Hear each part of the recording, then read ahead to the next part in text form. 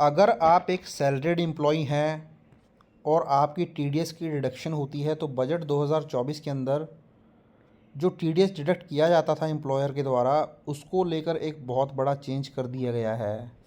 तो क्या वो चेंज किया गया है वो मैं आपके साथ डिस्कस करने वाला हूँ और ये जो चेंज है इफ़ेक्टिव हो जाएगा 1 अक्टूबर 2024 से।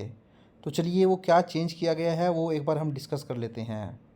तो आप देख सकते हैं कि बजट 2024 के अंदर employee can claim TCS and TDS credit against TDS deduction on salary.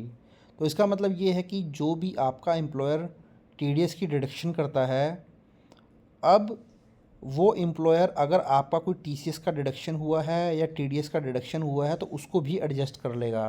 तो चलिए पूरी न्यूज़ को हम पढ़ते हैं एक बार। तो देखिए यहाँ पर ये बताया गया है, when you make remittances outside India under the LRS scheme for child education और book an overseas tour package based on the transaction amount you must paid TCS at the rate of 0.5 to 20%। तो देखिए क्या होता है कि TCS की deduction की जाती है बहुत सारे सेक्शंस के अंदर। जब कोई आप फ़ॉरेन का टूर पैकेज लेते हैं, अगर वो आपका जो फ़ॉरेन टूर पैकेज है 7 लाख तक होता है तो 5% टी सी एस आपसे कलेक्ट कर लिया जाता है उसके ऊपर। अगर 7 लाख क्रॉस कर जाता है तो 20% टी सी एस ले लिया जाता है। इसी तरीके से एल आर एस स्कीम के तहत आप अपने बच्चों को हायर एजुकेशन के लिए भेजते हैं फ़ॉरेन कंट्रीज़ के अंदर, तो वहाँ पर भी आपसे टी सी एस का कलेक्शन कर लिया जाता है, जो कि 0.5% हो सकता है, 5% हो सकता है। तो अब क्या होता है कि जब आपसे इस तरीके से टी सी एस की कलेक्शन की जाती है तो अब इस टीसीएस की रिकवरी के लिए, इसका रिफ़ंड लेने के लिए आपको पूरे साल वेट करना पड़ता है। और जब आपका फाइनेंशियल ईयर ख़त्म हो जाता है तो नेक्स्ट असेसमेंट ईयर के अंदर आपको, जब आप आईटीआर फाइल करने जाते हैं अप्रैल के बाद और 31 जुलाई तक, उस टाइम फिर आपको ये अमाउंट जो है रिफ़ंड करवाना पड़ता है। तो इस तरीके से आपको बहुत लंबा वेट करना पड़ता है इस पैसे की रिकवरी करने के लिए। तो इसी चीज़ को ध्यान में रखते हुए, इस तरीके की डिफ़िकल्टी जो फेस की जाती थी एम्प्लॉयज़ के द्वारा, इन चीज़ों को ध्यान में रखते हुए जो बजट 2024 पेश किया गया हमारी फाइनेंस मिनिस्टर के द्वारा, तो उस बजट के अंदर एक बहुत बड़ा रिलीफ जो है सैलरीड इंडिविजुअल को दिया गया है, ताकि ऐसे एम्प्लॉय जो हैं क्लेम कर सकें अपना टीसीएस का क्रेडिट या टीडीएस का जो क्रेडिट है, जो सैलरी के ऊपर टीडीएस काटा जाएगा आपके एम्प्लॉयर के द्वारा। तो यहाँ पर एक बहुत बड़ा रिलीफ जो है वो निकल के आ रहा है। तो देखिए, proposal for allowing credit of all TCS and TCS paid during the budget 2024 speech, the finance minister propose that credit of TCS to be given in the tax deducted at source to be deducted on salary. The finance minister quoted, it is proposed to allow credit of tax deducted or collected while computing the amount of tax to be deducted on salary under section 192। तो दोस्तों ये मैं आपको बता ही चुका हूँ, section 192 के अंदर आपका एम्प्लॉयर आपका टीडीएस का डिडक्शन करता है। अब क्या करेगा एम्प्लॉयर, टीडीएस की डिडक्शन जो करेगा उसको करने से पहले जो भी आपका टीसीएस आपने पे किया होगा या कोई टीडीएस आपका कटा होगा, सपोज़ आपकी एफडी थी बैंक में, वहाँ पे आपकी एफडी के ऊपर इंटरेस्ट आपके बैंक ने, सॉरी टीडीएस आपके बैंक ने डिडक्ट कर लिया, या आपको डिविडेंड जो आता है आपने शेयर परचेज करके रखे हैं वहाँ पे आपका टीडीएस को डिडक्ट हो गया, या कोई छोटा मोटा कुछ और आप काम करते थे वहाँ पर आपका टीडीएस डिडक्ट हो गया, कोई रेंटल इनकम के ऊपर आपका टीडीएस डिडक्ट हो गया, तो कहीं पर भी आपका सैलरी के अलावा अगर टीडीएस डिडक्ट होता है तो अब आपका एम्प्लॉयर उस टीडीएस को जो है कंसिडर कर लेगा। अब वो कैसे कंसिडर करेगा वो भी हम आगे समझेंगे। तो अब देखिए, इसका मतलब ये हो गया कि जब ये प्रपोज़ल पास और इम्प्लीमेंट हो जाएगा तो एक सैलरीड इंडिविजुअल जो होगा टीसीएस और टीडीएस का क्रेडिट ले पाएगा, मींस जो टीडीएस या टीसीएस ऑलरेडी वो पे कर चुका है उसका बेनिफिट ले पाएगा। अब इसके लिए आपको करना क्या होगा, ये बेनिफिट आपको मिलेगा कैसे, अब ये समझने वाली बात है। तो देखिए, the employee will have to declare the details of TCS और TDS paid to the employer. The employer will have to consider these details and calculate the TDS to be deducted from the salary based on the employee's income tax regime and tax slabs. And the change will be effective from 1 October 2024। अब देखिए, अब आपको क्या करना होगा, suppose आपकी bank के अंदर एफडी थी, अगर आप सीनियर सिटीज़न नहीं हैं, आपकी एज 60 ईयर से कम है, तो बैंक के अंदर अगर आपकी एफडी है और आपका पूरे साल का इंटरेस्ट 40,000 से ज़्यादा होता है तो बैंक आपका टीडीएस डिडक्ट कर लेता है एट द रेट ऑफ 10% के हिसाब से। तो अब क्या होता है, क्योंकि टीडीएस जो डिडक्ट हुआ होगा तो बैंक आपको फॉर्म 16 प्रोवाइड करेगा, जो कि क्वार्टरली बेसिस पर प्रोवाइड किया जाता है।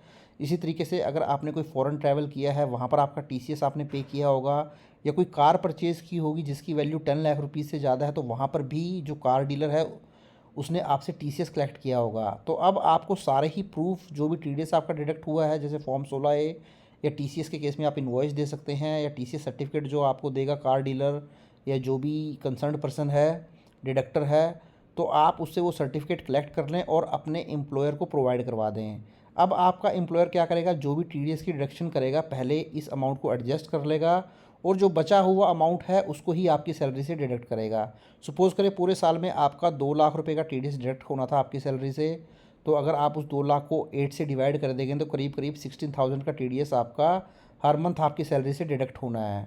अब सपोज़ करें आप अपने एम्प्लॉयर को आपका सपोज़ करें 50,000 का टीसीएस और टीडीएस दोनों मिला के पूरे साल में डिडक्ट होना है, तो वो उसका जो प्रूफ है आप अपने एम्प्लॉयर को सबमिट करवा देते हैं। तो इसका मतलब ये होगा कि आपका एम्प्लॉयर अब 2 लाख रुपीज़ की डिडक्शन नहीं करेगा आपकी सैलरी से टीडीएस की, वो केवल 1,50,000 की ही डिडक्शन करेगा टीडीएस की, क्योंकि 50,000 वो एडजस्ट कर देगा आपके टीडीएस ऑन सैलरी से, जो कि आपका टीसीएस आपने पे किया है या फिर टीडीएस आपका डिडक्ट हुआ है।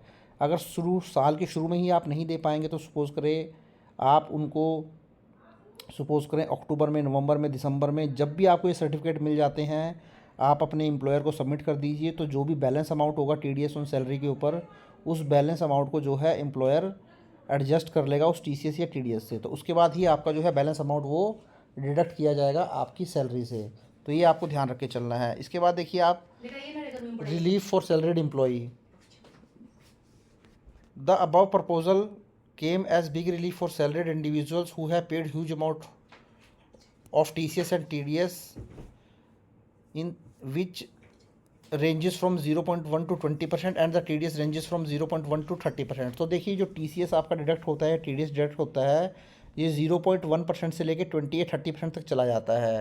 तो इसके लिए एक रेट चार्ट भी मैं आपको दिखा देता हूँ, जहाँ पर मैंने आपको बताया है डिफरेंट सेक्शंस के अंदर आपका TCS का रेट क्या रहता है। तो देखिए जब आप कोई कार वगैरह परचेज़ करते हैं, मोटर व्हीकल परचेज़ करते हैं, जो कि लग्जरी गुड की डेफिनेशन में आ जाता है, और इसकी वैल्यू अगर 10 लाख से ज़्यादा होती है तो जो कार डीलर है आपसे 1% की टीसीएस की रिकवरी कर लेता है। इसी तरीके से आप रेमिटेंस आउटसाइड इंडिया भेजते हैं under LRS scheme for an education loan mention under section 80E, तो यहाँ पर भी अगर 7 लाख रुपए से ज़्यादा का अमाउंट होता है तो 0.5% यहाँ पर टीसीएस आपसे रिकवर कर लिया जाता है। इसी तरीके से अगर आप रेमिटेंस आउटसाइड इंडिया भेजते हैं एलआरएस स्कीम के अंदर education loan other than mention under section 80E, तो वहाँ पर आपका जो टीसीएस रिकवर किया जाता है वो 5% टीसीएस रिकवर किया जाता है।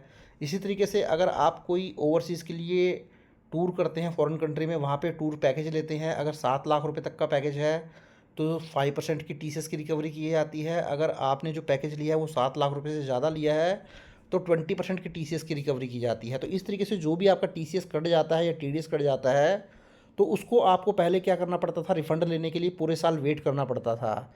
तो अब ये जो अमेंडमेंट आई है, इस अमेंडमेंट की वजह से कहीं ना कहीं आपको रिलीफ मिलेगा एज ए सैलरीड एम्प्लॉई। जब ये टीसीएस और टीडीएस का जो प्रूफ होगा आप अपने एम्प्लॉयर को दे देंगे तो आपका एम्प्लॉयर क्या करेगा, जो भी टीडीएस आपका सैलरी के ऊपर बनेगा उसमें से ये माइनस कर देगा और केवल आपकी सैलरी से जो बचा हुआ टीडीएस होगा वही डिडक्ट करेगा। तो ये बहुत ही इंपॉर्टेंट अपडेट दोस्तों आपके लिए, आप बोल सकते हैं एज ए सैलरीड एम्प्लॉई आपके लिए रिलीफ है। तो आई होप वीडियो आपको अच्छा लगा होगा। वीडियो अच्छा लगा तो इसको लाइक करें, शेयर करें, और चैनल को सब्सक्राइब नहीं किया है तो चैनल को भी जरूर सब्सक्राइब कर लें। Thank you very much, have nice day, take care.